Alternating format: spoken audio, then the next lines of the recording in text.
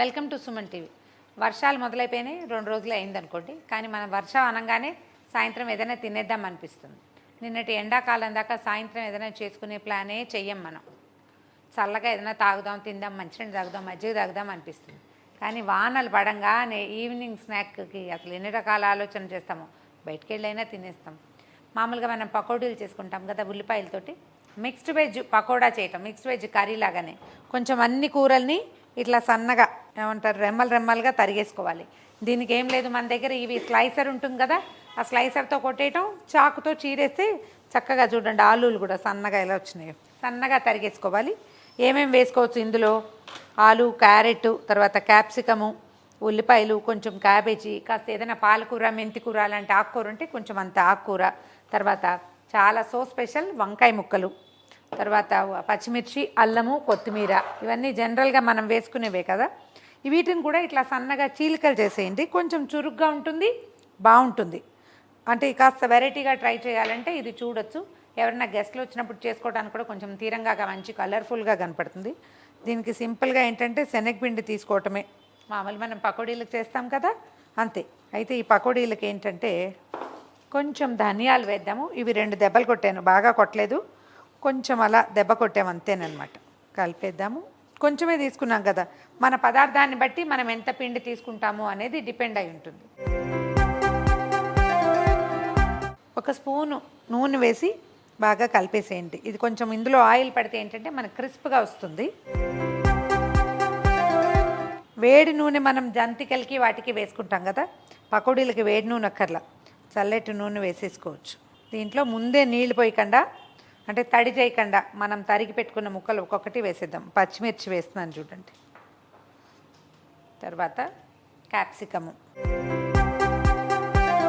వీటిని మీరు ఇంకా సన్న ముక్కలు తరుక్కోగలిగితే ఇంకా మంచిది. తర్వాత క్యారెట్. ఇప్పుడు స్లైసర్లు బాగా దొరుకుతున్నాయి కదా బజార్లో, దాంట్లో వేస్తే ఒక సన్నగా చీలికల్లాగా చేసేస్తుంది అది. నేను ఇవి చేత్తో చేశాను. ఒకవేళ అలాంటిది ఏదైనా ఉంటే ఇంకా కంఫర్టబుల్గా ఉంటుంది. తర్వాత ఒక ఉల్లిపాయ. మీరు ఇవి కలుపుతూ ఉంటే ఏమవుతుంది, ఇందులో నుంచి మాయిశ్చర్ రిలీజ్ అవుతుంది, తడి వదులుతుంది కదా, కరెక్ట్గా సరిపోతుంది అన్నమాట. ఒక చిన్న క్యాబేజీ, ఇది ఎంత ఉంది, ఒక 2-3 ఇంచీల క్యాబేజీ ముక్క అనుకోండి, ఇంత ముక్క. తర్వాత ఆలు, బంగాళదుంపలు, ఇవి ఎక్కువ రుచిగా ఉంటాయండి. మీరు ఒకవేళ కూరలు ఎక్కువయ్యి పిండి తక్కువైంది, బైండింగ్ లేదు అనిపిస్తే కొంచెం శనగపిండి పైన యాడ్ చేసుకోవచ్చు అవసరాన్ని బట్టి. తర్వాత మెంతికూర లాంటివి వేస్తే చాలా బాగుంటుందండి. మెంతికూర లేదు మన దగ్గర, పాలకూర ఉంది, ఏది ఉంటే అది. మన ఫ్రిడ్జ్లో అడుగును మిగిలిపోయిన ఇంచుమించు అన్ని ముక్కల్ని మనం వాడేసుకోవచ్చు. తర్వాత కొత్తిమీర, అల్లము 2 ఉన్నాయి ఇందులో. అల్లం చిన్న ముక్కలు తరిగాను. వంకాయ ముక్కలు, ఇవి కొంచెం నీటిలో వేసి పెట్టాము.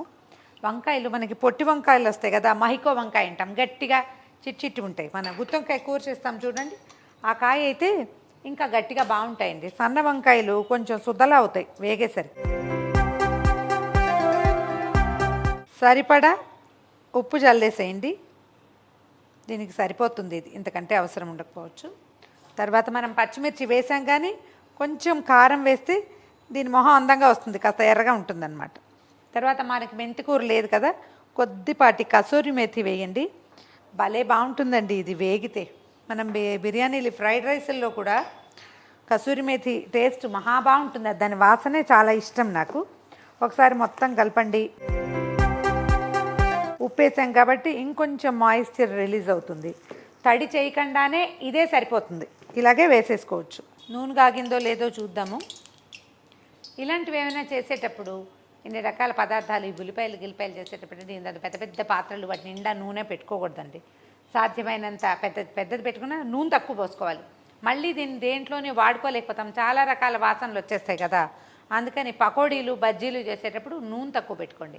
గారెల నూనె అయితే మళ్ళీ మనం ఇంకొకసారి తాలింపుల్లోకి బాగుంటుంది. కానీ పకోడీ నూనె, ఉల్లిపాయ వేగిన నూనె అంత బాగుండదు, అంత మంచిది కూడా కాదండి. సాధ్యమైనంత తక్కువ నూనె పెట్టుకోండి, వేయించేసేయండి. ఇవి జనరల్ పకోడీల కంటే కొంచెం స్లోగా వేగుతాయండి. కూర ముక్కలు కదా, కాస్త టైం తీసుకుంటుంది. చక్కగా మంచి రంగు వచ్చేలాగా వేయించేయండి. ఇప్పుడు మనం పకోడీలు ఎలా వేస్తాం ఆ షేప్లో వేసేద్దాం. నేనేం సోడా గీడా వేయలేదండి, చాలా రకాల ముక్కలు ఉన్నాయి కదా.